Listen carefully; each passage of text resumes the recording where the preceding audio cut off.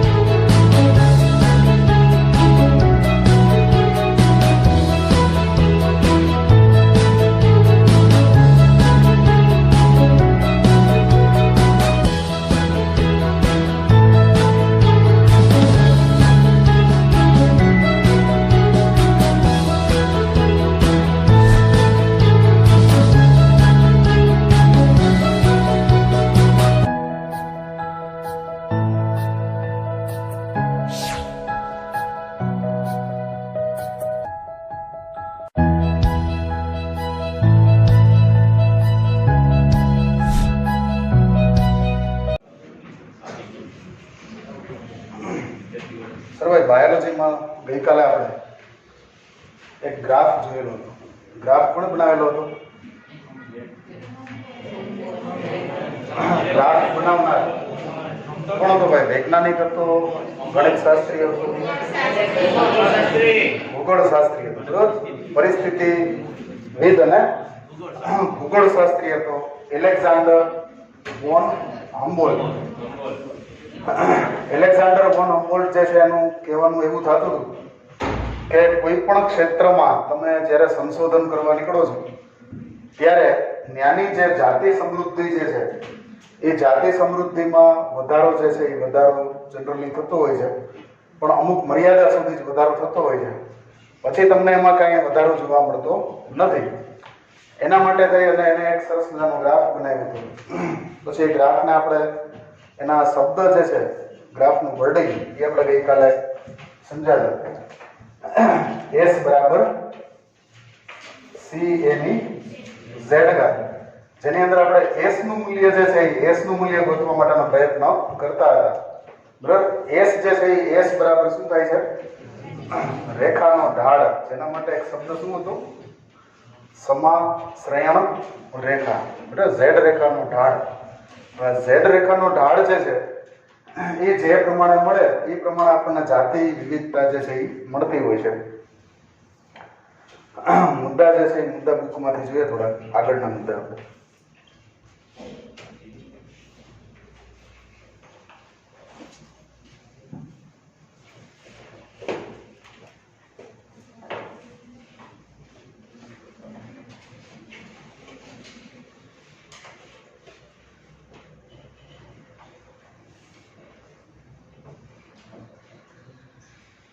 બરાબર. પરિસ્થિતિવિદોએ શોધ્યું કે જો ત્યાંથી આપણે રીડ કરીએ એટલે પરિસ્થિતિવિદોએ એવું શોધ્યું કે ઝેડ રેખાનું મૂલ્ય જે છે એ 0.1 થી 0.2 ની વચ્ચે બે વચ્ચેની ક્ષેત્ર મર્યાદા. હવે અહીંયા છે ઝેડ રેખાનું મૂલ્ય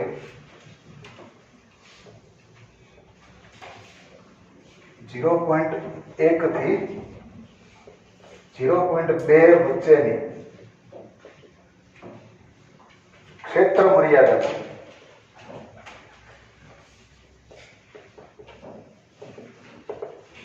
ક્ષેત્ર મર્યાદામાં રહે છે, મતલબ કે કોઈ એક વિસ્તાર તમે નક્કી કર્યો. દાખલા તરીકે સાસણનો જે વિસ્તાર છે, સાસણનું જંગલ છે, એમાં તમે જાતિ સમૃદ્ધિ વિશેનો હમ્બોલ્ટ પ્રમાણે અભ્યાસ કરવાનું તમે નક્કી કર્યું, તો આમાં ઝેડ રેખાનો ઢાળ જે છે એ ઢાળ તમને કેટલો જોવા મળે? 0.1 થી 0.2 વચ્ચેની ક્ષેત્ર મર્યાદામાં જોવા મળે છે. આ વસ્તુ સમજાઈ ગઈ બધાને? બરાબર. કોઈ એક પ્રદેશ, બરાબર, દાખલા તરીકે રાજસ્થાનમાં તમે ફરવા ગયા અને રાજસ્થાનની અંદર જાતિ વિવિધતા, જાતિ સમૃદ્ધિ કેટલી, એના માટેની તમે ઝેડ રેખા બનાવી, તો રાજસ્થાનનો તમને ઝેડ રેખાના મૂલ્યનો ઢાળ જે છે એ કેટલો મળશે તમને? 0.1 થી 0.2 ની વચ્ચે. બરાબર. દાખલા તરીકે સુંદરવનની અંદર વાઘ અભયારણ્ય છે ને, તો ત્યાં તમે ગયા અને ન્યા તમે જાતિ સમૃદ્ધિ જે છે એના માટે બધી તપાસ કરી તો ન્યા પણ તમને આ ઝેડ રેખાના ઢાળનું મૂલ્ય કેટલું મળે? 0.1 થી 0.2 ની વચ્ચે. આખી દુનિયાના કોઈ પણ એક ક્ષેત્રને પસંદ કરો, એક લોકલ એરિયા પસંદ કરો, તો એ લોકલ એરિયામાં તમને આ જે ઢાળનું મૂલ્ય છે એ ઢાળનું મૂલ્ય કેટલું મળશે? 0.1 થી 0.2 ની વચ્ચેનું મળશે. અચ્છા, આપણે થોડોક વ્યાપ વધારી દઈએ. દાખલા તરીકે એશિયા ખંડ આખો લઈ લઈએ. આપણે એક જ કામ કરવું છે. શું કરવાનું છે? આખો એશિયા ખંડ ફરવાનો છે અને ત્યાં શું ગોતવાનું છે? જાતિ વિવિધતા, જાતિ સમૃદ્ધિ કેટલી છે એ ગોતવું છે. તો આ જે ઢાળ છે એ ઢાળમાં પરિવર્તન દેખાય છે. જે મૂલ્ય તમને 0.1 અને 0.2 મળતું હતું એ તમને કેટલું થઈ જાય છે? 0.6 થી 1.25 સુધીનું મૂલ્ય જે છે એ જોવા મળે છે. બરાબર. જો અમુક એરિયા પૂરતું, લિમિટેડ એરિયા પૂરતું તમે સ્ટડી કરો અને ગ્રાફ બનાવો તો તમને મૂલ્ય કેટલું મળે? 0.1 થી 0.2. પણ જો આખો ખંડ તમે લઈ લો અભ્યાસ કરવા માટે તો તમને મૂલ્ય કેટલું મળે? 0.6 થી 1.2. બરાબર. 25 ની પણ 1.2 જેટલું મૂલ્ય જે છે એ તમને મળે છે. આ બે મુદ્દા યાદ રહેશે ભાઈ બધાને. એમસીક્યુ માટે આઈએમપી છે. રહી જશે યાદ. તમે કોઈ લોકલ એરિયા પસંદ કરો કે ભાઈ આટલા એરિયામાં જ આપણે અભ્યાસ કરવો છે, ત્યાં આપણને રિચનેસ, સ્પીસીસ રિચનેસ એટલે કે જાતિ સમૃદ્ધિ કેટલી જોવા મળે છે, તો તમારે જે મૂલ્ય મળશે ઢાળનું મૂલ્ય, એ ઢાળનું મૂલ્ય કેટલું થશે? 0.1 થી 0.2 થશે. પણ એક ખંડ લઈ લો, દાખલા તરીકે એશિયા ખંડ, અમેરિકા ખંડ, ઓસ્ટ્રેલિયા ખંડ, આફ્રિકા ખંડ, અને પછી એનો આલેખ દોરો તો તમને જે મૂલ્ય મળે એ કેટલું મળે? 0.6 થી 1.2 જેટલું મૂલ્ય મળશે. ક્લિયર ભાઈ મુદ્દો? નાનો પ્રદેશ છે તો મૂલ્ય તમને નાનું મળે છે, મોટો પ્રદેશ છે તો મૂલ્ય તમને મોટું મળે. આટલી જ વસ્તુ ખાલી યાદ રાખવાની થાય. રહી જશે ભાઈ યાદ એમાંથી?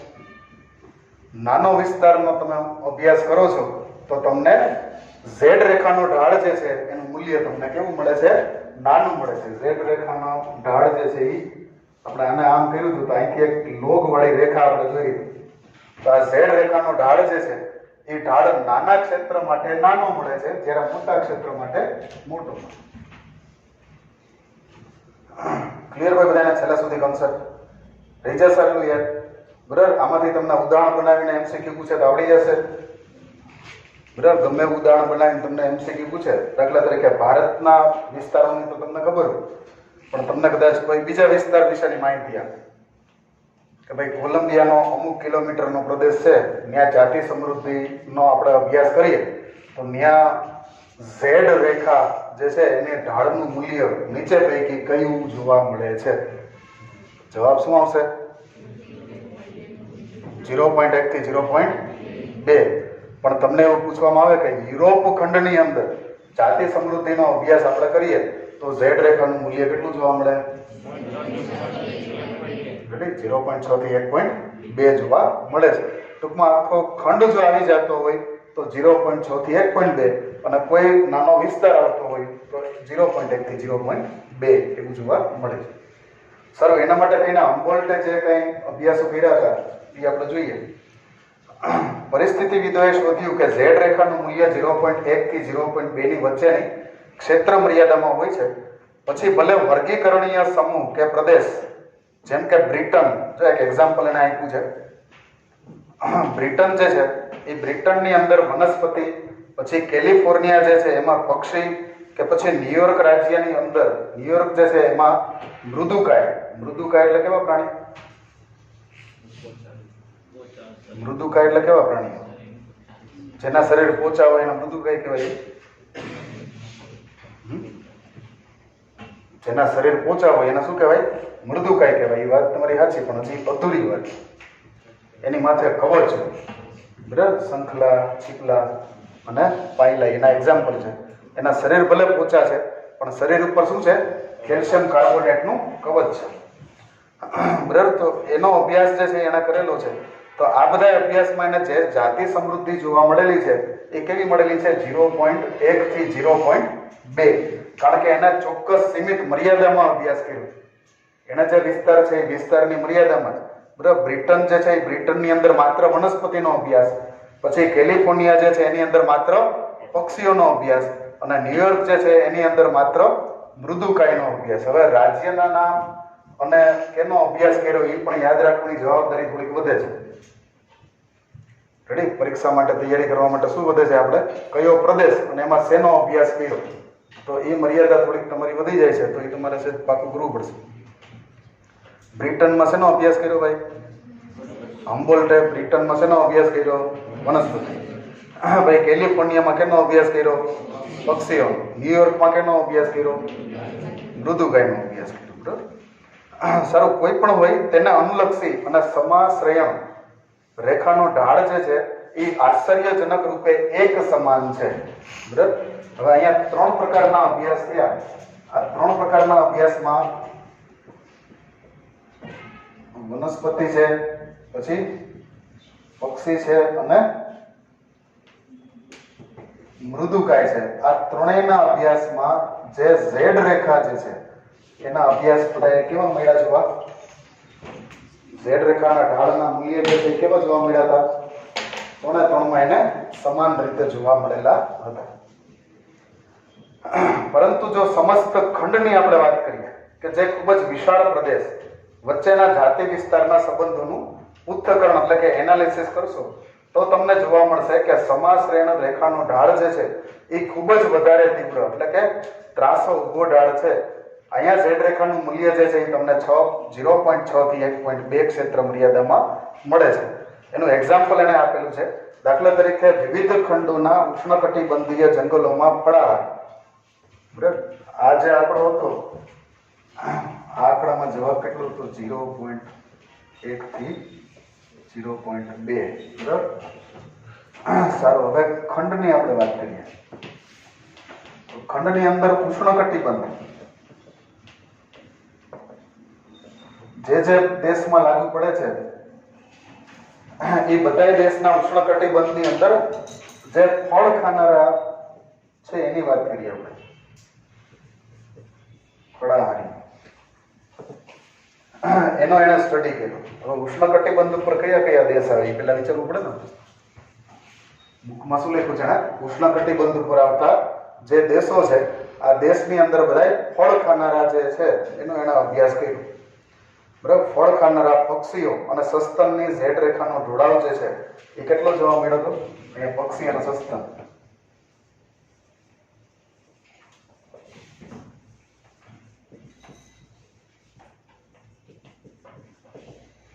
1.5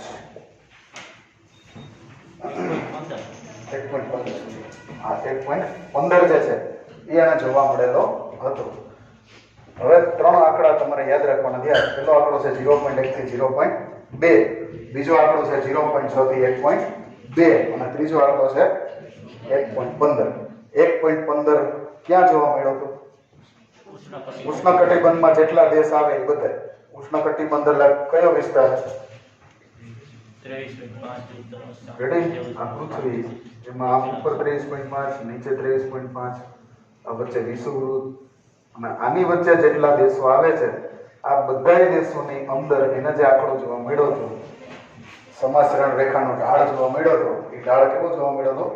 1.15. પછી આમાં અમેરિકા આવી જાય ને આફ્રિકા આવી જાય. ભારત જે છે ભારત પણ અડધું આવી જાય. એટલે એવી રીતે જેટલા દેશમાં ઉષ્ણકટિબંધમાં જેટલો ભાગ આવે છે એ બધા ભાગમાં એને ખાલી ફળ ખાનારાનો જ અભ્યાસ કર્યો છે. એને બરોબર ધ્યાનથી અભ્યાસ કરેલો. બરાબર. બ્રિટનમાં જાવ તો ખાલી વનસ્પતિનો જ અભ્યાસ કરવાનો. વનસ્પતિ સિવાય બીજું કાંઈ મળે છે એનો આપણે અભ્યાસ કર્યો હોય પણ એને ધ્યાને લેવાનો નથી. બરાબર. પછી પક્ષીઓનો અભ્યાસ કઈ જગ્યાએ કરવાનો? કેલિફોર્નિયા. બરાબર. અને મૃદુકાયનો અભ્યાસ કઈ જગ્યાએ કરવાનો? ન્યુયોર્કમાં. બરાબર. પછી ફળાહારી અને પક્ષીઓનો અભ્યાસ કઈ જગ્યાએ કરવાનો? ઉષ્ણકટિબંધીય દેશો. બરાબર. તો આપણને આ જવાબ જે છે એ મળે છે. બાકી પછી એમાં અપવાદ લાગુ પડતા હોય ને પછી. બાકી શું થતું હોય? અપવાદો લાગુ પડતા હોય. બરાબર. જીનું મૂલ્ય પૃથ્વી ઉપર દરેક જગ્યાએ સરખું નથી. યાદ છે ને તમને? જે 9.8 બધી જગ્યાએ લેવાનું હોય 9.8, ક્યાંક 10 નો લેવાનું. બરાબર. તો જીના મૂલ્ય પણ પૃથ્વી ઉપર દરેક જગ્યાએ સરખા હોતા નથી. તો પછી આ સમાસરણ રેખાનો ઢાળ દરેક જગ્યાએ તમને સરખો જોવા મળશે નહીં. એમાં પણ થોડા ઘણા અપવાદ છે, પણ આપણે અત્યારે એ અપવાદની કોઈ ચર્ચા કરતા નથી. આપણે ખાલી જે તે પ્રદેશમાં જે તે પ્રાણીનો અભ્યાસ કર્યો અને એનો આલેખ બનાવ્યો અને એ આલેખમાંથી ઢાળના મૂલ્ય જે મળ્યા છે એ મૂલ્ય યાદ રાખવાના થાય છે. બીજું કશું કરવાનું થતું નથી. રેડી? આગળ જતા તમને આ વાતમાં વધારે રસ પડે અને પરિસ્થિતિ વિદ્યામાં બીએસસી એમએસસી કરો અને તપાસ કરો તો અલગ વાત છે. બાકી અત્યારે પૂરતું તમારે કેટલું યાદ રાખવાનું છે? અત્યારે પૂરતું શું યાદ રાખવાનું છે? આટલા આંકડા યાદ રાખી લેવાના. કેટલા? 0.6 થી 0.1 થી 0.2. શેના માટે? તો કે આના માટે, આ ત્રણ વસ્તુ માટે. બરાબર. પછી 0.6 થી 1.2 શેના માટે? સમગ્ર ખંડ માટે. બરાબર. આ મૂલ્ય કેના માટે? સમગ્ર ખંડ માટે. અને આ જે મૂલ્ય છે એ કેના માટે? 1.15 નું મૂલ્ય.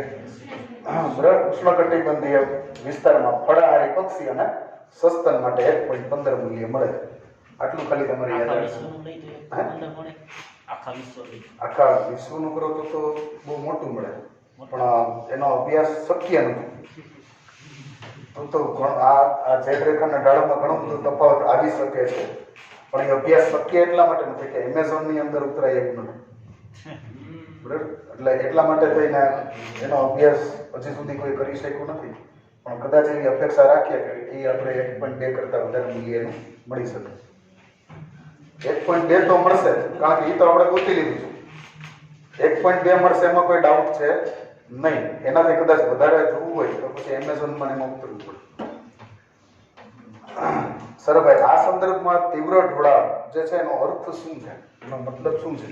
તો કે એનો અર્થ એવો છે કે જેમ જેમ તમે વિસ્તાર વધારતા જાઓ એમ રેખાનો ઢાળ જે છે એ વધતો જાય છે. પણ આ 1.2 થી પછી કંઈક લિમિટ હશે ને? 1.2 થી પછી વધારે ઊંડો ઢાળ જતો નથી, તો એ મર્યાદા નહીં, એવું કહેવા માંગે છે. હવે હમ્બોલ્ટ બધાને ક્લિયર થઈ ગયો કોન્સેપ્ટ? એલેક્ઝાન્ડર વોન હમ્બોલ્ટ ક્લિયર છે બધાને?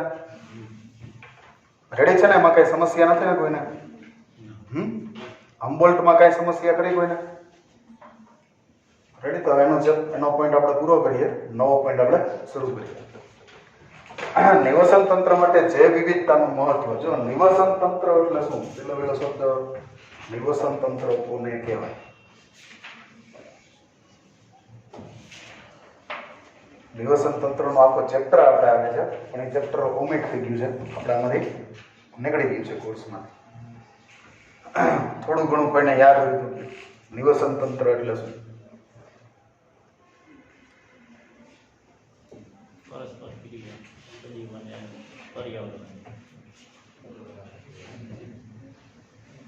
થોડું ઘણું જૂનું જાણીતું કઈ યાદ આવતું હોય.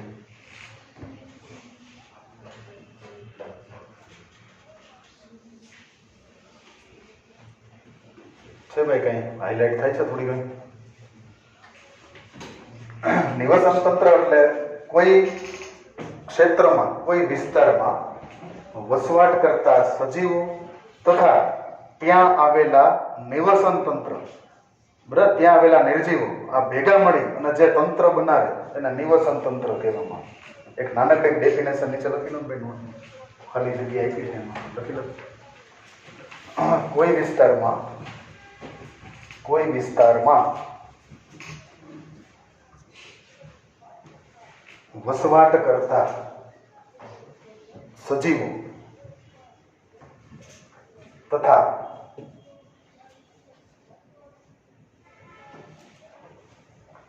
ત્યાં રહેલા નિર્જીવો થી બનતા તંત્રને નિવસન તંત્ર કહે છે.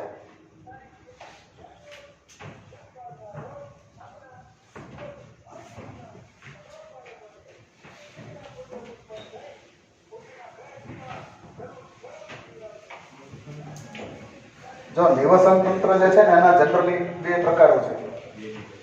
એક છે કુદરતી નિવસન તંત્ર અને એક છે કૃત્રિમ નિવસન તંત્ર. બરાબર? દાખલા તરીકે કોઈ નદી છે, ઝરણું છે, પછી સમુદ્ર છે, જંગલ છે, એ બધા કેવા નિવસન તંત્ર કહેવાય? કુદરતી. કારણ કે એ કુદરતે બનાવ્યા છે, આપણે બનાવેલા નથી. પર્વત છે, બરાબર? તો ત્યાંથી તમને જે લેન્ડસ્કેપ દેખાય, તમે ગિરનાર દાતાર ઉપર જાઓ અને તમને જે દ્રશ્ય બધા દેખાય, તો એ બધા કુદરતે બનાવેલા નિવસન તંત્ર છે. બરાબર?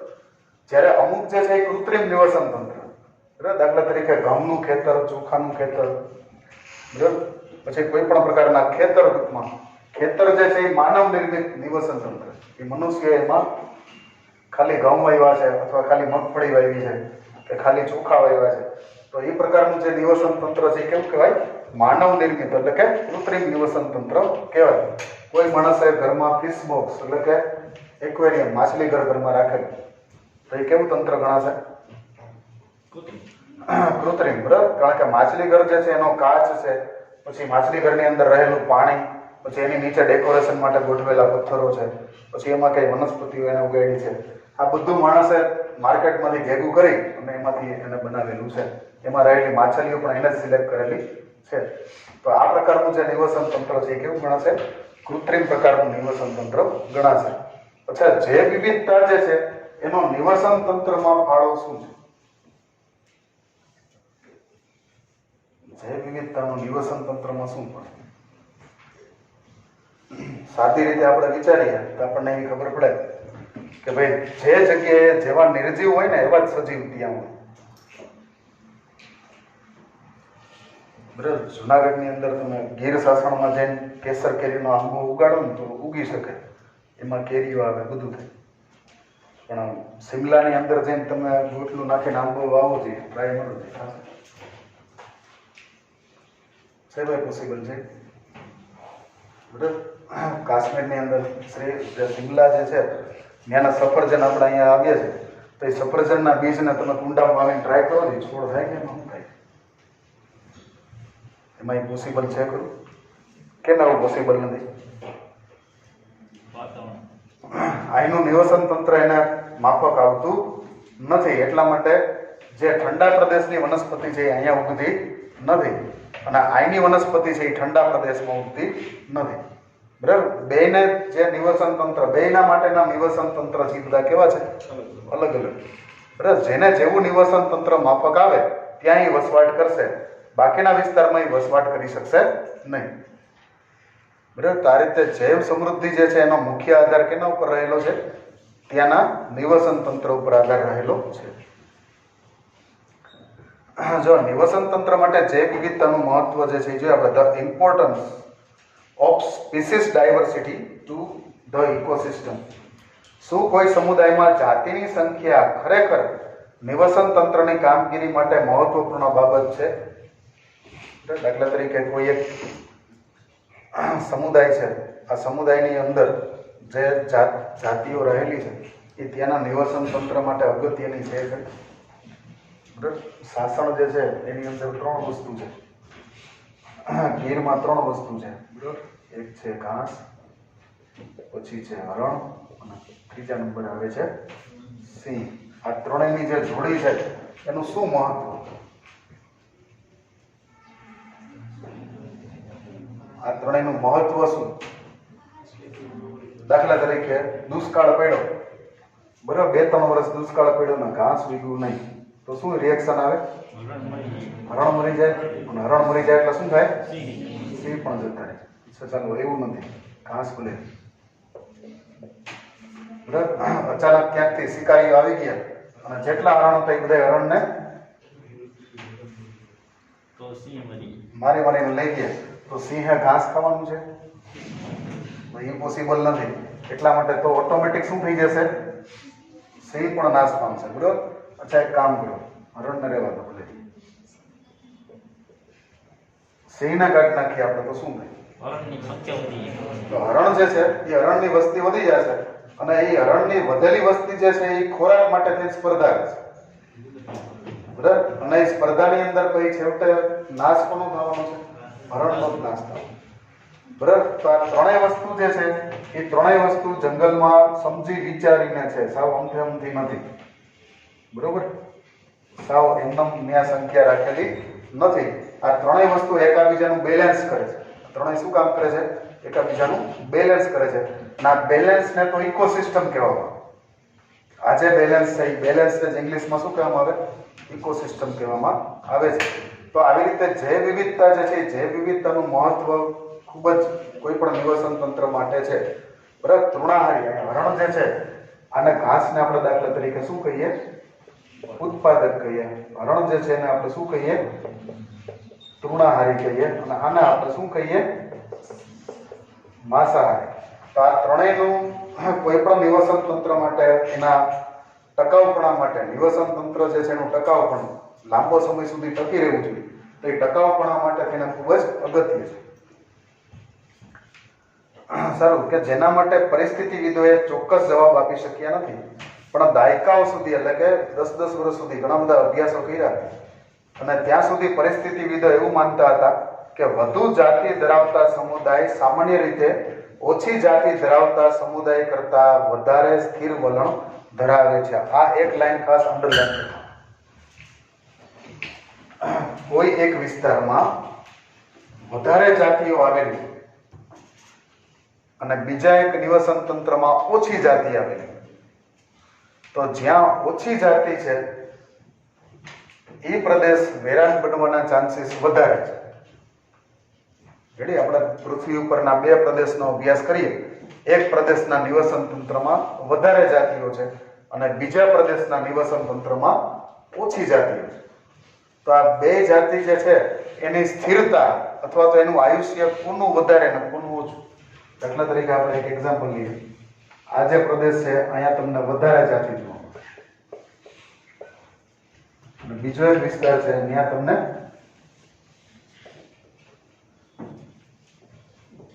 ઓછી જાતિ જોવા મળે. તો આમાંથી સ્થિરતા કોની વધારે, લાંબુ આયુષ્ય કોનું? કયા પ્રદેશનું આયુષ્ય લાંબુ? વધારે જાતિવાળા પ્રદેશનું આયુષ્ય જે છે એની આવરદા જે છે એ લાંબી છે. જ્યારે આનું કઈ નથી નહીં, આનું કઈ કહી ન શકાય. ક્યારે ઓછી જાતિ હતી એમાંથી ક્યારે બધું ખતમ થઈ જાય એ તમે એમાં કઈ કહી શકતા નથી. એટલે કોઈ પણ વિસ્તાર જે છે એ વિસ્તારમાં જાતિ સમૃદ્ધિ જો વધારે હોય તો એનું આયુષ્ય લાંબુ હોય, એની આવરદા જે છે એ વધારે હોય. પણ જો જાતિ સમૃદ્ધિ ઓછી હોય તો એનો નાશ જે છે એ નજીકના જ ભવિષ્યમાં થવાની સંભાવના છે. આ વૈજ્ઞાનિક સિદ્ધાંત નથી, પણ પરિસ્થિતિવિદોનો અવલોકન છે. આ વસ્તુને વૈજ્ઞાનિક સિદ્ધાંત ગણવામાં આવતો નથી. એના સિદ્ધાંત એટલા માટે ન ગણી શકાય કે ઘણા બધા રણ પ્રદેશ છે, સહારાનું રણ છે, કચ્છનું રણ છે, કે જ્યાં તમને જાતિ વિવિધતા સાવ ઓછી જોવા મળે, છતાં પણ વર્ષો પછી ત્યાં હજી જાતિ સમૃદ્ધિ દેખાય તો છે. ભલે ઓછી તો ઓછી ત્યાં છે. ત્યાં રેતીના સાપ છે, રેતીની ગરોળીઓ છે અને થોડું ઘણું જે કાંઈ ઓલા થોર પ્રકારની વનસ્પતિ ઉગે છે, હજી હાલની તકે ઉગે છે, એ સાવ ગાયબ થઈ ગઈ નથી. એટલે આને માત્ર અવલોકન કહેવાનું છે, આને વૈજ્ઞાનિક સિદ્ધાંત કહેવાનો થતો નથી. ક્લિયર ભાઈ? એક વાક્ય. બરાબર. બે પ્રદેશ આપ્યા.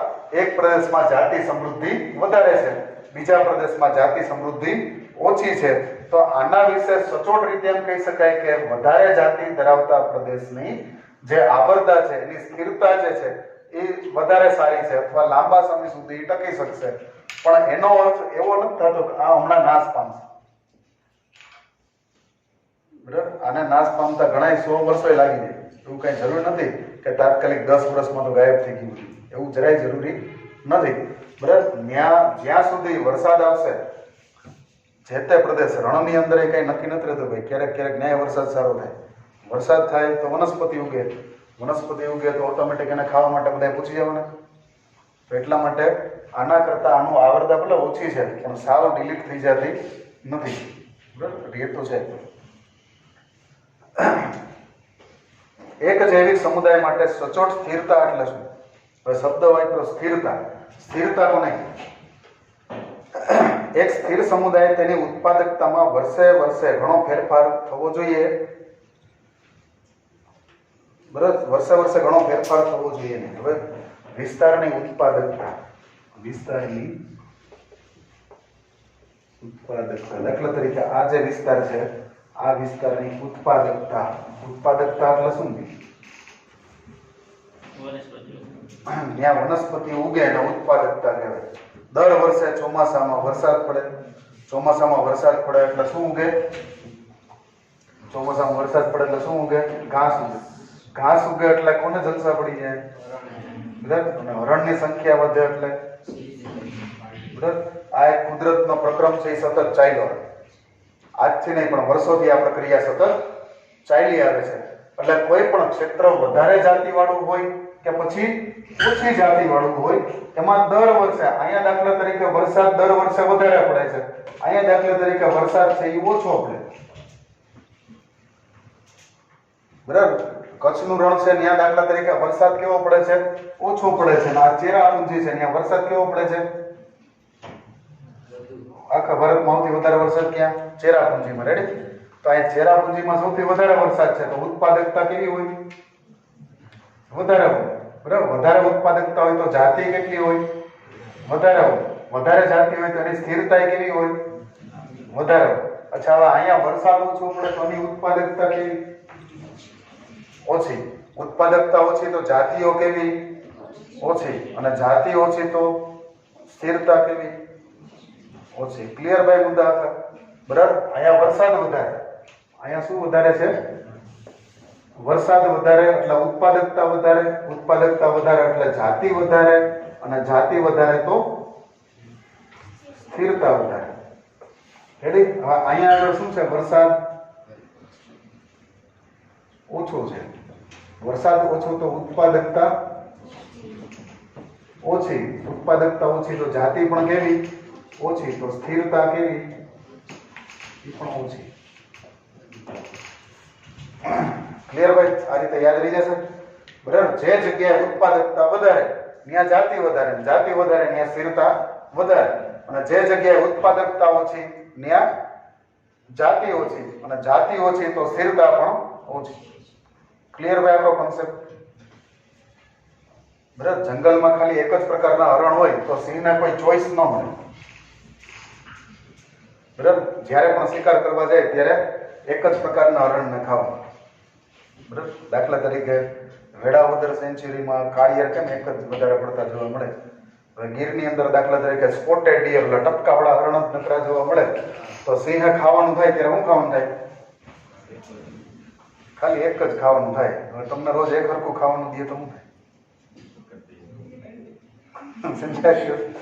પણ ક્યારેક નીલગાય મળતી હોય, ક્યારેક સાબર મળતું હોય, ક્યારેક બારાસિંગા મળતા હોય, ક્યારેક ચોસિંગા મળતા હોય.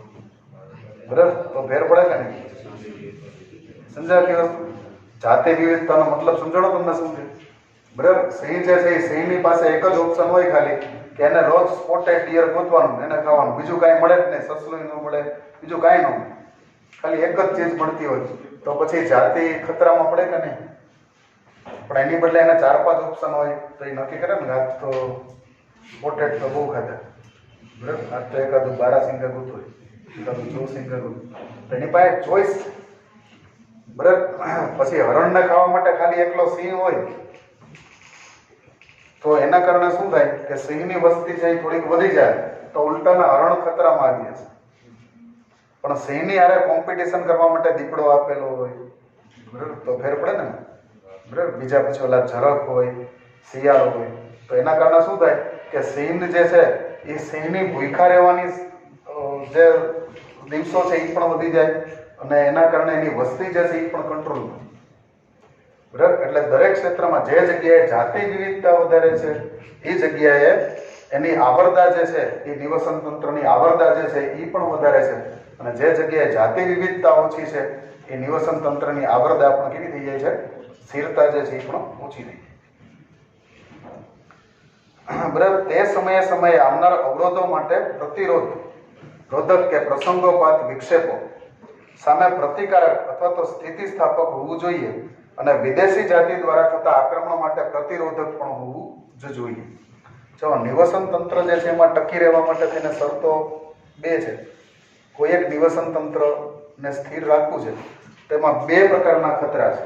બરાબર. એમાં પહેલો ખતરો એવો છે કે જે તે સમયે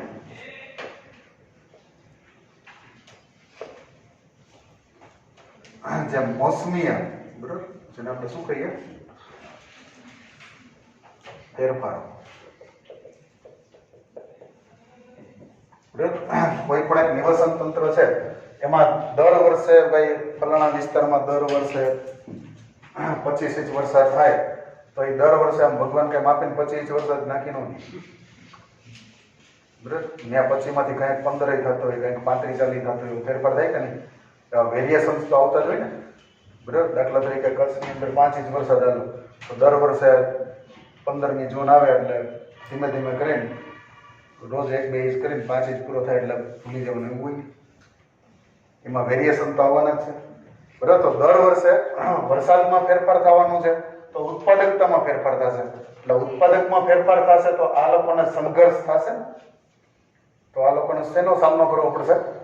સંઘર્ષનો સામનો કરવો પડશે, બરાબર. દર વર્ષે એક જંગલની અંદર, એક મેદાનની અંદર જે તૃણાહારીઓ રહે છે, બરાબર, તો એ તૃણાહારીમાં દર વર્ષે આખું મેદાન ઘાસથી ભરાઈ જાય એવું કમ્પલસરી છે, એવું ફરજિયાત છે, બરોબર. ક્યારેક વરસાદ વધારે પડ્યો હોય તો ક્યારેક વરસાદ ઓછો પડ્યો હોય. હવે જ્યારે વરસાદ ઓછો પડ્યો હોય ત્યારે ખોરાક જે છે એ ઓછો પ્રાપ્ત થાય, અને ઓછો ખોરાક પ્રાપ્ત થાય ત્યારે કોમ્પિટિશન વધી જાય, બરાબર. આ વર્ષે વરસાદ ઓછો છે એટલે બધા એમ નથી કહેવાતું ભાઈ હવે તમે આપઘાત કરી લો કે બીજા ભાઈ, કાં તો કે આ વર્ષે ક્યાં ઘાસ એટલું બધું છે જ નહીં, એમ કહેવાય, બરાબર. ઓછું મળશે તો ઓછું ખાશે અને વધારે મળશે તો વધારે ખાશે, બીજું શું નહીં. પ્રાણીઓનો એક જ રૂલ છે, જે સમય એને ઓછું મળશે ત્યારે એ શું કરશે? ઓછું ખાઈને પણ પોતાના જાત જે છે એને ટકાવી રાખશે, બરાબર. ત્યારે એ ઓછું ખાઈને પણ પોતાની જાતિને ટકાવી રાખશે, અને જ્યારે વધારે ખાવાનું મળશે ત્યારે એ શું કરશે? વધારે ખાઈ અને પોતાના શરીરમાં ગ્લાયકોજન રૂપે સંગ્રહ કરશે. ક્લિયર ભાઈ મુદ્દો આપો, બરાબર. ગાય જે છે એ ગાયને રોજ કાંઈ ભરપેટ ભોજન નથી મળતા, બરાબર. એને ક્યારેક ઓછું ખાવાનું મળે, ક્યારેક વધારે ખાવાનું મળે, તો કદાચ 3-4 દિવસ ખાવાનું ના મળે તો એનું મૃત્યુ થઈ જતું નથી, બરાબર. એના બોડીમાં જે ગ્લાયકોજન સ્વરૂપે સંગ્રહ થયો છે એમાંથી યુઝ કરશે, તો એ પોતાની જાતિ જે છે એ જાતિને ટકાવી રાખશે, બરાબર. જ્યારે વધારે મળશે ત્યારે શરીરમાં વધારે ભેગું કરશે. એટલે ઊંટનું ઉદાહરણ તમને ખબર ને બધાને, ઊંટનું ઉદાહરણ. ઊંટને જ્યારે પાણી મળે ત્યારે એ શું કરશે? એક સાથે ઘણું બધું પાણી પી લેશે, અને પછી એને જ્યારે નહીં મળે તો એ દિવસોમાં એમાંથી પોતાનું બધું સંચાલન જે છે શરીરનું કરી શકશે, બરાબર. ખાવાનું જે છે એ ખાવાનું ઊંટને જેમ વધારે મળે અને જેમ વધારે ખાય એમ એની ઓલી હમ્પ જે છે ને એના શરીર ઉપર ખૂંદ આવેલી હોય છે એ શું થતી જાય?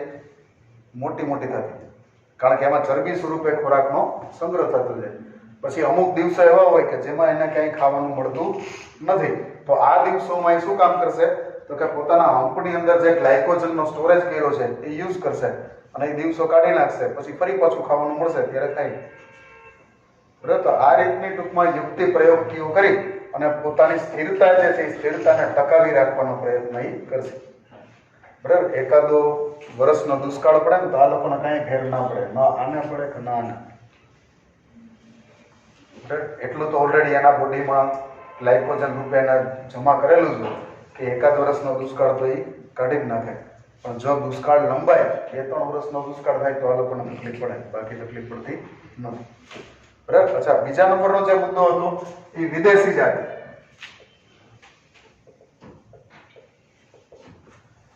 બરાબર. કોઈ પ્રદેશમાં જો તમે વિદેશ જાતને નાખો ને તો જે તે પ્રદેશના પ્રાણીઓ જે છે એને તકલીફ પડવાની છે, બરાબર. ગીરની અંદર 500 ની આજુબાજુ સિંહ હોય, હવે એમાં તમે ક્યાંક બીજા પ્રદેશમાંથી, ઈરાનમાંથી, બીજા કે આફ્રિકામાંથી સિંહ લઈ આવો, 200 સિંહ આફ્રિકામાંથી લઈ આવીને ભેગા નાખો તો શું તકલીફ થાય? કોમ્પિટિશન બે વચ્ચે થવાની જ છે ને, બરાબર. કોમ્પિટિશન બે વચ્ચે થવાની છે, બરાબર. જે ગીરના જે એશિયાઈ સિંહ છે એની તમે આફ્રિકન સિંહ સાથે સ્પર્ધા કરાવડાવો છો, બેયને એક જ પ્રદેશમાં ભેગા કરો છો, તો એ બે માટે ખાવાની પછી પ્રજનનની આ બે બાબત માટે સ્પર્ધાઓ થશે. અને સ્પર્ધાનો એક જ નિયમ છે કે જે સશક્ત છે એ જીતે છે, બીજો કોઈ નિયમ છે નહીં, બરાબર. તો એના કારણે શું થશે કે એકને લાભ થશે અને બીજાએ શું કરવું પડશે? ત્યાંથી જતું રહેવું પડશે, અથવા તો એનો નાશ થઈ જશે. તો સ્થિરતા જે છે એ સ્થિરતા માટે સ્થિરતાને જાળવી રાખવા માટે થઈ અને બે મુદ્દા જે છે એ બે મુદ્દા અગત્યના છે. એક તો જે તે સમયે એમાં મોસમીય ફેરફાર, એમાં જે ઋતુકીય ફેરફાર છે એ ઋતુકીય ફેરફાર કેવા પ્રકારના થાય છે એને ધ્યાનમાં રાખવાનું. અને બીજા નંબરમાં જે તે પ્રદેશમાં જે વિદેશી જાત આવે છે એ વિદેશી જાતની અસર કેવી છે એને ધ્યાનમાં રાખવાનું. બરાબર. જો આ બે વસ્તુમાં મોટા બદલાવ ન આવે તો સ્થિરતા વધારે, પણ આ બે વસ્તુમાંથી એકમાં પણ અથવા તો બંનેમાં પણ જો બદલાવ આવે તો સ્થિરતા જોખમમાં મુકાઈ જાય છે. ક્લિયર ભાઈ? તો કોઈ પણ નિવસન તંત્ર હોય, આ નિવસન તંત્ર નંબર 1 છે, આ નિવસન તંત્ર નંબર 2 છે. આ બે નિયમ બેયને લાગુ પડે. આ બે નિયમ જે છે એ બેયને લાગુ પડે. બરાબર. કોઈ પણ પ્રદેશમાં જો મોસમીય ફેરફાર ઓછા થતા હોય અથવા વિદેશી જાતનું આક્રમણ ઓછું હોય તો સ્થિરતા જે છે કેવી રહે છે? વધારે રહે છે. પણ જો આ બેમાંથી એક કઈમાં કંઈક બદલાવ આવે તો સ્થિરતા જે છે કેવી થઈ જાય? ઓછી થઈ જાય. ક્લિયર ભાઈ? બે કન્સેપ્ટ સમજાઈ ગયા? બરાબર. એટલે કોઈ પણ જગ્યાએ નિવસન તંત્રને સ્થિર રાખવા માટે થઈ અને બને ત્યાં સુધી ત્યાં વિદેશી જાતને ઉમેરવી નહીં. બરાબર. અને પહેલાના ચેપ્ટરમાં 13મા ચેપ્ટરમાં ગેલાપગોસ ટાપુ યાદ છે ને ભાઈ? બરાબર. ત્યાં હેમિંગ્ટન નામના કાચબા, આ કાચબા જે છે એ બહુ વિશાળકાય કાચબા હતા અને ટાપુ ઉપર આરામથી રહેતા હતા. ટાપુ ઉપર ઘાસે ઘણું બધું થતું હતું, પણ કોકને શું દુર્વિચાર મગજમાં આવ્યો કે બકરીઓને લઈને, તો એના કારણે માત્ર 10 જ વર્ષમાં શું થઈ ગયું? અમુક કાચબા જે છે એ ત્યાંથી પલાયન થઈ ગયા અને અમુક છે એ મૃત્યુ પામ્યા. એટલે ટૂંકમાં ટાપુ ઉપરથી કાચબા ગાયબ થઈ. બરાબર. એટલા માટે એનું નિવસન તંત્ર તો ખતમ થઈ ગયું. ટૂંકમાં કાચબાનું તંત્ર ખતમ થઈ ગયું છે ને ઘણા. પણ ટૂંકમાં સહેજ એમાં ફેરફાર હોય. હેમિંગ્ટન નો એમાં થોડાક ફેરફાર વાળા તો મળે, એના કરતા મોટી સાઈઝ ના મળે, પણ એ હેમિંગ્ટન નો કહેવાય.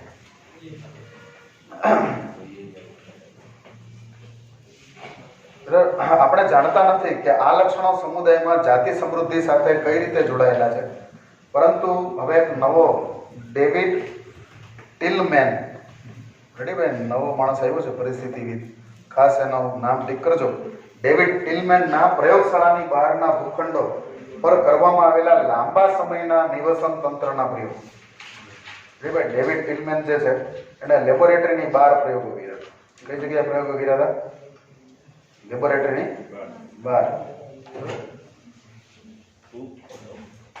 ભૂખંડો એટલે શું થાય? જમીનના ટુકડા, લેન્ડસ્કેપ. ભૂખંડોને ઇંગ્લિશમાં શું કહેવામાં આવે? લેન્ડસ્કેપ. આ લેન્ડસ્કેપમાં એને જે પ્રયોગો કર્યા હતા એમાં આ વિષયે કેટલાક કામચલાઉ જવાબ જે છે એ આપણને પૂરા પાડે છે. બરાબર. ટિલમેનને જોવા મળ્યું કે વધુ જાતિઓ ધરાવતા ભૂખંડો એક કુલ જૈવભારમાં વર્ષે વર્ષે ઓછી વિવિધતા એટલે કે ઓછો ફેરફાર દર્શાવતા હતા. જો એક જ લાઈનને શાંતિથી વધુ જાતિ ધરાવતા ભૂખંડો જે છે એના કુલ જૈવભારમાં દર વર્ષે જે ફેરફાર થાય એ ફેરફાર કેવો હતો? ઓછો હતો. રેડી? શબ્દ એવો જૈવભાર. જૈવભાર એટલે શું? નવો એક શબ્દ એવો છે વાક્યમાં, જૈવભાર. જૈવભાર એટલે શું ભાઈ? જૈવભાર કોને કહેવામાં આવે?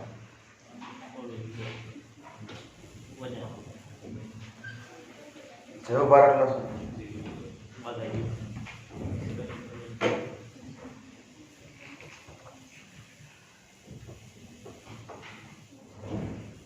છેલ્લી બેન ભાઈ, જૈવભાર એટલે શું? જૈવભાર.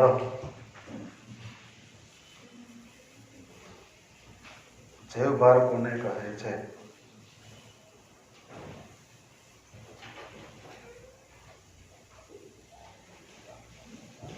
છે ભાઈ, કોઈને આઈડિયા આવે છે? જૈવભાર એટલે શું?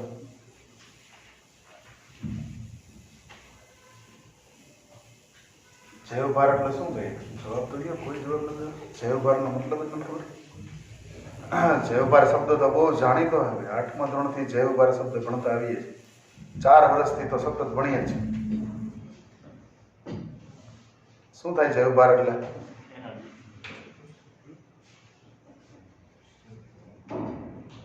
જૈવભાર એટલે સજીવો ઉપરાંત સજીવોના ઉત્સર્ગ પદાર્થો બરાબર, અને ઉપરાંત સજીવોના મૃતદેહ, આ બધાને ભેગા કરો એટલે જવાબ મળે. એને શું કહેવામાં આવે? જૈવભાર કહેવામાં આવે. કોઈ પણ ભૂખંડમાં આવેલા સજીવો પ્લસ સજીવોના ઉત્સર્ગ દ્રવ્ય પ્લસ જે મૃત સજીવો પામ્યા છે એના મૃતદેહો, આ બધાના સરવાળા જે છે એ સરવાળાને આપણે શું કહીએ? જૈવભાર. આ જૈવભારમાંથી એક નવી કેમિસ્ટ્રી નીકળે, ઓર્ગેનિક કેમિસ્ટ્રી, ખબર ને? કાર્બનિક રસાયણ વિજ્ઞાન, એ બધું કેમાંથી નીકળે? જૈવભારમાંથી નીકળે.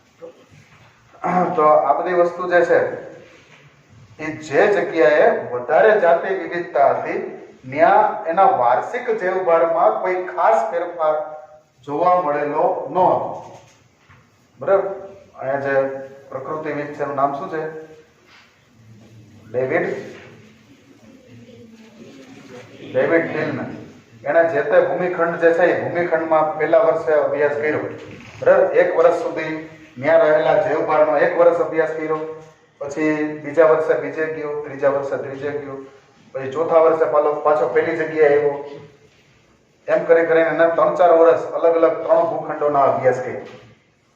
અને આ અભ્યાસ કર્યા પછી છેલ્લે ડિસિઝન એવું આવ્યું કે આ ભૂખંડો જે છે ત્યાં જૈવભાર જે છે એ જૈવભાર હતો એટલો તો રહે છે, એમાં બહુ કાંઈ ખાસ ફેરફાર થતો નથી. કદાચ વરસાદ વધારે પડે કે વરસાદ ઓછો પડે તો એમાં કાંઈ બહુ ફેરફાર થઈ શકતો નથી, એવું એનું કહેવું થતું.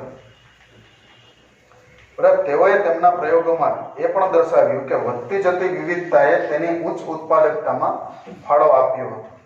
જેમ વિવિધતા વધારે એમ ઉત્પાદકતા વધારે. જેમ જાતિ વિવિધતા વધારે એમ ઉત્પાદકતા વધારે.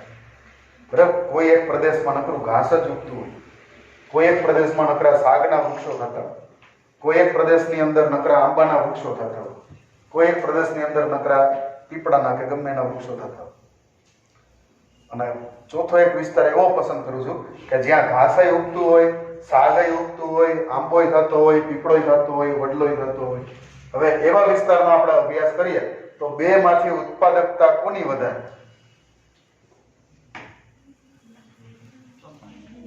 ચોથાની ઉત્પાદકતા છે વધારે. શું કામ એને? તો કે ક્યારેક પરિસ્થિતિ એવી આવે કે જેમાં ઘાસ ઉગી ન શકતું હોય તો ત્યાંની ઉત્પાદકતા 0 થઈ ગઈ ને. માની લો કે એક ઘાસના મેદાન વાળો પ્રદેશ આપણે લીધો, હવે ત્યાં પરિસ્થિતિ કંઈક એવી આવી, દુષ્કાળ પડ્યો કે જેથી હવે ત્યાં કંઈ ઉગી શકે એમ નથી, તો ઘાસ ઉપર 0 તો ઉત્પાદકતા 0 થઈ ગઈ. બરાબર. કોઈ એક પ્રદેશમાં દાખલા તરીકે નકરા શાક જ વાવ્યા હોય અને શાકમાં બીમારી આવે અને 50% શાક ગાયબ થઈ ગયા તો ઉત્પાદકતા રેડી. કોઈ એક પ્રદેશમાં એ રીતે આંબા વાવ્યા હોય અને એમાં કંઈક બીમારી આવી જાય તો ત્યાંની ઉત્પાદકતાને પણ અસર થાય. પણ કોઈ એક પ્રદેશમાં બધું થોડુંક થોડુંક વાવ્યું હોય અને બધું ઉગેલું હોય તો શાકમાં બીમારી આવે તો શાક જ જાય. તો શાક જે છે એ તો ખાલી 10 જ હતા, 17 આંબા હતા, તો આંબાને ફાયદો થઈ ગયો ને, ઉત્પાદકતા 0 થઈ નહીં. બરાબર. કદાચ માની લો કે શાક અને આંબા બેયને તકલીફ પડી તો ઘાસ તો છે જ નથી. બરાબર. તો ટૂંકમાં જેમ જાતિ વિવિધતા વધારે હશે એમ ત્યાંની ઉત્પાદકતા જે છે એ વધારે સ્થિર રહેશે અને ઉત્પાદકતાનું મૂલ્ય પણ કેવું થશે? વધશે. પણ જેમ જાતિ વિવિધતા ઓછી હશે એમ શું થશે? ત્યાંની ઉત્પાદકતા જે છે એ ઘટશે. બરાબર. રણ પ્રદેશની અંદર દાખલા તરીકે થોર નામની વનસ્પતિઓ ઉગે છે. હવે એક વર્ષે ત્યાં વરસાદ થયો નથી એટલે થોર નામની વનસ્પતિ જે છે એ મુરઝાઈ ગઈ અને એનો બધું જે કાંઈ જીવવા માટે થઈ અને જે જીવરસ ને બધું હતું એ જમીનમાં રહેલા મૂળમાં સંગ્રહિત થઈ, ઉપરનું બધું મુરઝાઈ ગયું. હવે એક વર્ષ એને કેમાં કાઢવાનો છે? વરસાદની રાહ જોવામાં એક વર્ષ કાઢવાનું. તો એવા દુષ્કાળગ્રસ્ત પરિસ્થિતિમાં તમે જ્યારે રણ પ્રદેશની મુલાકાત લ્યો તો ત્યારે તમને એમ લાગે કે અહીં તો બધું ઉજ્જળ થઈ ગયું છે, અહીં કાંઈ જોવા મળતું નથી. પણ ફરી બીજા વર્ષે વરસાદ થાય ત્યારે શું થાય?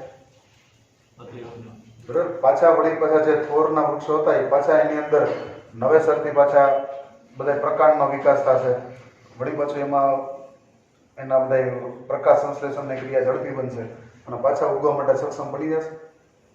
બરાબર. તો ગયા વર્ષે આપણને જે ઉત્પાદકતા જોવા મળી હતી એ કેવી હતી? ઓછી હતી. આ વર્ષે ઉત્પાદકતા જોવા મળી કેવી છે?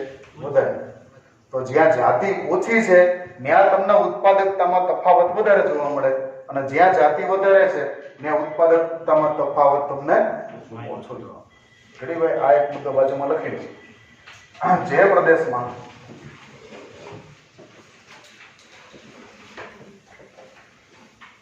જે પ્રદેશમાં જાતિ વિવિધતા વધારે છે ત્યાં ઉત્પાદકતામાં વાર્ષિક ફેરફાર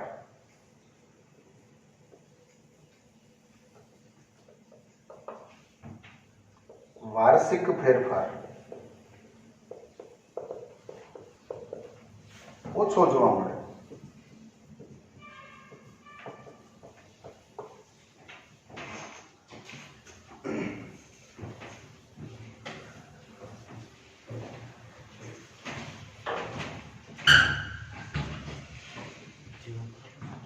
જે પ્રદેશમાં જાતિ વિવિધતા વધારે છે ત્યાં ઉત્પાદકતાની અંદર જે વાર્ષિક ફેરફાર જે છે એ તમને કેવો જોવા મળે? જૈવભારમાં અથવા તો ઉત્પાદકતામાં. જે લખશે એ હરખું છે, વાંધો નહીં. જૈવભાર લખીને ઉત્પાદકતા અથવા તો જૈવભાર. બરાબર. તો એની અંદર જે વાર્ષિક ફેરફાર છે એ વાર્ષિક ફેરફાર તમને કેવો જોવા મળશે? ઓછો જોવા મળશે. પણ જ્યાં જાતિ વિવિધતા ઓછી છે ત્યાં તમને જૈવભારની ઉત્પાદકતામાં જે વાર્ષિક ફેરફાર છે કેવું જોવા મળે છે? વધારે જોવા મળે. ક્લિયર ભાઈ? આ કન્સેપ્ટ સમજાય ગયું ભાઈ છેલ્લે સુધી બધાને? જે વિસ્તારમાં જાતિ વિવિધતા વધારે હોય ને એની સ્થિરતા વધારે હોય. સ્થિરતા વધારે છે એનો મતલબ શું થાય કે ત્યાં જૈવભારની ઉત્પાદકતામાં ફેરફાર ગયા વર્ષ કરતા આ વર્ષમાં ફેરફાર છે એમાં બહુ જાજો વધારો ઘટાડો જોવા મળતો નથી. એટલે જ તો એને સ્થિર કહેવાય. સ્થિર કોને કહેવાય? જ્યાં ફેરફાર વધારે નહીં કે ઓછો નહીં, બહુ માઇનોર ફેરફાર જોવા મળે એને શું કહેવામાં આવે? સ્થિર. બરાબર. જે પ્રદેશમાં જાતિ વિવિધતા વધારે છે ત્યાં તમને જૈવભારની અંદર જે દર વર્ષનું જે ઉત્પાદન છે એ દર વર્ષના ઉત્પાદનમાં ફેરફાર તમને કેવો જોવા મળે છે? ઓછો જોવા મળે. એટલે એ કેવું છે? વધારે સ્થિર છે. જ્યારે જે પ્રદેશમાં ઓછી જાતિ છે ત્યાં જે વાર્ષિક જૈવભારનું ઉત્પાદન છે એમાં ફેરફાર તમને કેવું જોવા મળે છે? વધારે જોવા મળે. એટલા માટે એને આપણે સ્થિર કહી શકતા નથી. બરાબર. ક્યારેક તમને ઘણા બધા વૃક્ષો ઉગેલા જોવા મળે તો ક્યારેક તમને ઓછા વૃક્ષો ઉગેલા જોવા મળે, તો એ ફેરફાર કેવો કહેવાય? બહુ વધારે કહેવાય. પણ આ પ્રદેશમાં તમે ગમે ત્યારે જાઓ તમને ખરખું લાગે તો એ ફેરફાર કેવો કહેવાય? ઓછો કહેવાય. બરાબર. તો એટલા માટે અહીંયા સ્થિરતા વધારે છે જ્યારે અહીંયા સ્થિરતા કેવી છે? ઓછી છે.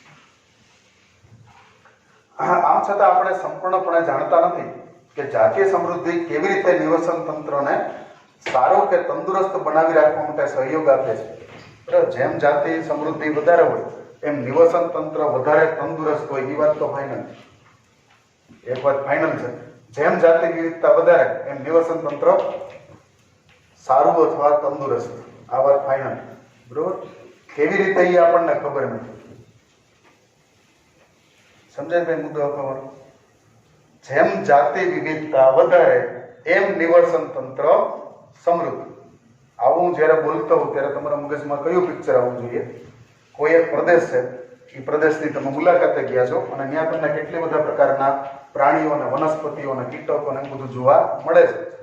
તો ત્યાં જાતિ વિવિધતા કેવી ગણાય? વધારે. રેડી? ત્યાં જાતિ વિવિધતા કેવી ગણાશે? વધારે. બરાબર. સાસણગીરમાં ફરવા જાવ તો જાતિ વિવિધતા કેવી ગણાય? વધારે. શું કામ એને વધારે?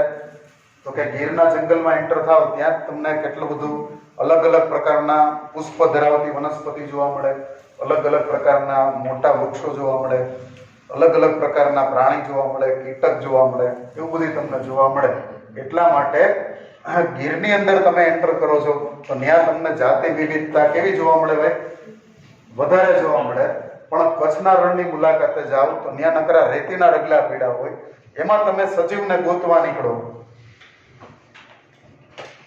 ત્યાં જાતિ વિવિધતા તમને કેવી જોવા મળે? ઓછી. હવે સ્થિરતા જે છે એ સ્થિરતા જૈવભારમાં સ્થિરતા ક્યાં વધારે છે? સાસણમાં વધારે છે કે રણની અંદર વધારે છે? સાસણમાં વધારે, બરાબર. જ્યારે રણની અંદર ઓછી છે. હવે શું કામ એને છે એ હજી આપણને ખબર છે નહીં.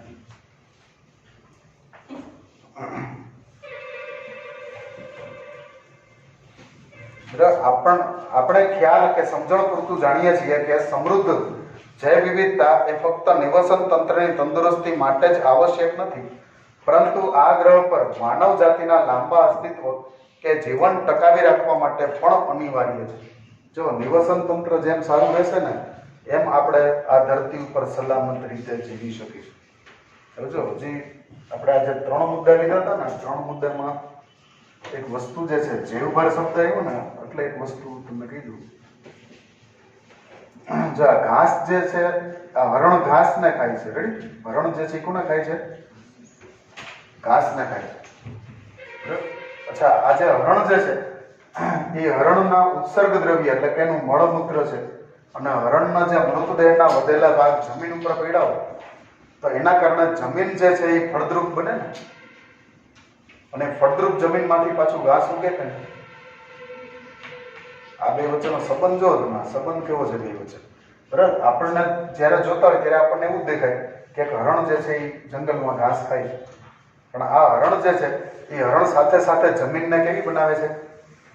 ફળદ્રુપ બનાવે છે. કેના વડે ફળદ્રુપ બનાવે છે? તો કે પોતાના મળમૂત્ર વડે. અને એના જે શરીરના ભાગો છે, દાખલા તરીકે એક સિંહે હરણને ખાધું તો હરણનું માંસ ખાધું છે, એના હાડકા કે એવું કંઈ ખાધેલું નથી. તો એમાંથી જે એનું પછી રૂપાંતર, વિઘટન ને રૂપાંતર થાય તો એના કારણે જમીનમાં કાર્બનિક તત્વો ઉમેરાય અને એ જમીન છે એ સમૃદ્ધ બને, અને એ સમૃદ્ધ જમીનમાંથી ફરી પાછું ઘાસ જે છે એ ઉગે છે. એટલે આના કારણે આનો રેશિયો જે છે એ રેશિયો બધો હરખો હોય. બરાબર. હરણ ઘાસ ખાય તો ઘાસ ખૂટી જતું નથી. કહેવાનો મારો મતલબ ખાલી એટલો. આજ વર્ષોથી આપણે તો, તમે તો અત્યારે આવડી ઉંમરના છે, પણ વર્ષોથી સાસણના જંગલમાં ઘાસ ઉગે છે, એ ઘાસ હરણ ખાય છે, પાછું ઘાસ ઉગે છે, પાછું હરણ ખાય છે. આ ચક્ર ચાલ્યા કરે ને. તો કોઈ દિવસ એવો વિચાર નથી આવતો કે ભાઈ હરણ બધું ખૂટવાડી દેશે. ખૂટવાનું નથી. શું કામ? એને તો કે કાર્બનિક દ્રવ્ય જે જમીનમાં નાખે છે એના કારણે એ જમીનમાંથી ફરી પાછું ઘાસ ઉગ્યા કરે, અને ચક્ર જે છે એ ચક્ર સતત ચાલ્યા કરે. પણ આપણે એક કામ કરીએ, આ જમીનને પ્રદૂષિત કરી નાખીએ તો શું હાલત થશે? તો ઘાસ ઉગતું બંધ થઈ જશે. એટલે જ્યાં સુધી કોઈ નિવસન તંત્રની જમીનને પ્રદૂષિત કરવામાં ન આવે ત્યાં સુધી એની ઉત્પાદકતા ખતમ થતી નથી. બરાબર. માણસોએ જે કાર્ય કર્યા છે એ કેવા કાર્ય કર્યા છે? જંગલને કાપી અને ખેતર બનાવી. ખેતરની અંદર વધારે માત્રામાં ફર્ટિલાઇઝર છાંટી અને જમીનમાંથી જેટલું રસકસ નીકળી બધો ખેંચી લીધું. હવે એ જમીન છે એ બંજર થઈ ગઈ, નોન એગ્રીકલ્ચર થઈ ગઈ, એમાં કાંઈ ઉગતું નથી. હવે આવી રીતે માણસો જે છે એ આમને આમ જો સતત જંગલની જમીનને કાપ્યા જશે તો એક દિવસ પરિણામ શું આવશે? જંગલ જે છે એનો નાશ થઈ જશે. જંગલનો નાશ થશે તો ધરતી ઉપર ઓક્સિજન ક્યાંથી આવશે? બરાબર. તો એના માટે પછી ઓક્સિજનની ફેક્ટરીઓ ચાલુ કરવાની એવી પરિસ્થિતિ ભવિષ્યમાં ઊભી થશે. એટલા માટે થઈને નિવસન તંત્રનું સંરક્ષણ કરવું એ આપણી નૈતિક ફરજ છે. બરાબર. આ તંત્ર જે છે એને ચાલવા દો. બરાબર. જંગલમાંથી મહેરબાની કરીને હરણને કે સિંહને હટાવવામાં, બાકી બધું ખતમ થઈ જશે. બરાબર. હરણ નહીં રહે તો કાર્બનિક દ્રવ્ય જમીનમાં કોણ ઉમેરશે? અને કાર્બનિક દ્રવ્ય જમીનમાં નહીં ઉમેરાય તો ઘાસ ક્યાંથી ઉગશે? ક્લિયર બાય કોન્સેપ્ટ આપ? બરાબર. જેમ હરણને ઘાસની જરૂર છે એમ ઘાસને કોની જરૂર છે? હરણની જરૂર. બરાબર. એની ને સિંહની બેની જરૂર છે, કારણ કે આ બે જમીનમાં કાર્બનિક દ્રવ્ય ઉમેરે છે અને એના કારણે જમીન ફળદ્રુપ બને છે. અને જમીન ફળદ્રુપ બને છે એટલે એમાં ઘાસ. બરાબર. એટલા માટે ઘાસને આ બેની જરૂર છે. સમજી લેજો. ઘણી વાર આપણે એમ થતું હોય કે આને આ કોઈની જરૂર નથી, પણ આ જેટલી જરૂર આની આને છે ને આની આને છે એટલી જ જરૂર આને આ બેની. બરાબર. પરસ્પર એકાબીજાની જરૂરિયાત છે એટલે જ એ ચક્ર સરસ રીતે ચાલે છે, બાકી ચક્ર સરસ રીતે ચાલતું નથી. સારું. આ ગ્રહ જે છે એટલે કે પૃથ્વી ઉપર લાંબુ અસ્તિત્વ, બરાબર, માનવ જાતિનું લાંબુ અસ્તિત્વ. જો માનવ જાત જે છે એ 700-750 કરોડની વસ્તી છે. ધરતી ઉપર મનુષ્યની વસ્તી કેટલી? 700 થી 750 કરોડની વસ્તી આ ધરતી ઉપર છે અને એમાંથી 130 કરોડ તો ભારતમાં અને 200 કરોડ ચીનમાં, બરાબર. એટલે એમ સમજી લો કે લગભગ 40% જેટલી વસ્તી બે દેશમાં અને બાકીના 60%માં 186 દેશ, કારણ કે 188 દેશ વાળી વાત થઈ હતી ને આપણે છેલ્લે, બરાબર. આખી ધરતી ઉપર દેશ કેટલા? 188. એમાંથી 40% વસ્તી બે દેશમાં, 60%માં બાકીના 186.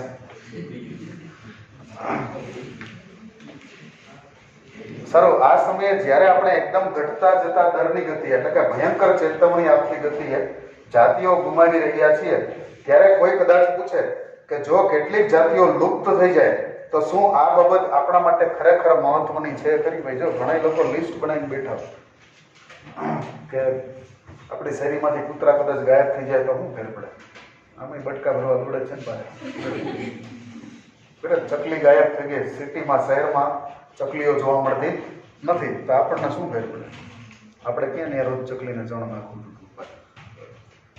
બરાબર. ધીમે ધીમે છે ને આપણે જે વિકાસ તરફ જઈ રહ્યા છીએ એ વિકાસ તરફ જાય છે કે વિનાશ તરફ જ આપણને હજી સુધી ખબર નથી.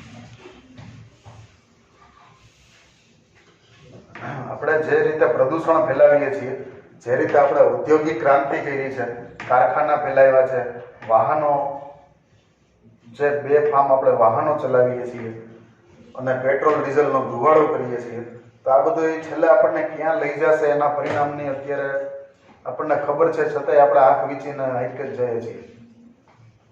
એના પરિણામની ખબર નથી એવું નથી, ખબર તો બધાને છે, પણ છતાંય મારા એકલાના સુધરવાથી શું ફેર પડશે એમ લોકો આપણને એનો જવાબ આપતા.